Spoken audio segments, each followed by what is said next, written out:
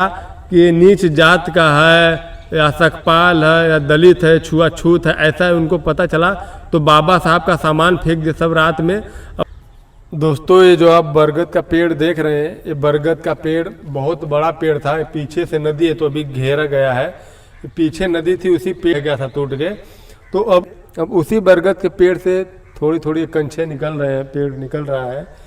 और ये बहुत ऐतिहासिक पेड़ है क्योंकि इसी पेड़ के नीचे बाबा साहब फूट फूट कर रोए थे।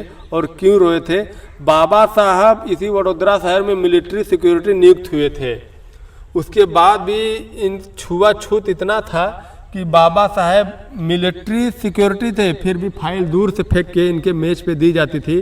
पानी तक के लिए इनको संघर्ष करना पड़ता था। और इसी शहर में इनको रूम नहीं मिला, इसी शहर में इनको रूम नहीं देता था कोई जातिवाद के नाम पे। एक पारसी का धर्मशाला था, बाबा साहब वहाँ पे अपनी जात पात छुपा के रहे। लेकिन जब उसको पता चला कि ये नीच जात का है या सकपाल है या दलित है, छुआछूत है, ऐसा उनको पता चला तो बाबा साहब का सामान फेंक दिया सब रात में। अब बाबा साहब को कुछ नहीं मिला तो ये वही जगह इसी बरगद के पेड़ के नीचे बाबा साहब आए रात में और फुट फुट कर रोने लगे। तो बाबा साहब ने एक यहाँ पे संकल्प लिया, वो संकल्प हम आपको बताते हैं। इसीलिए यहाँ पे लिखा गया संकल्प भूमि सयाजी बाग बड़ोदरा। और संकल्प क्या था? ये बाबा साहब का ऐतिहासिक संकल्प था।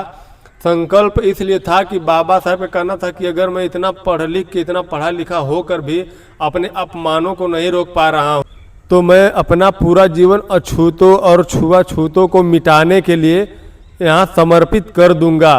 इसी का संकल्प लिए थे बाबा साहब इस बरगद के पेड़ के नीचे, और उसी समय फूट फूट कर रोए थे। यही है वो ऐतिहासिक जगह, वही बरगद का पेड़ जिसे आप लोग म्यूजियम में अक्सर देखा करते होंगे। यही है वो बाबा साहब, यहीं रोया करते थे। ये चारों तरफ दिखा दो थोड़ा, ये चारों तरफ दिखाओ थोड़ा।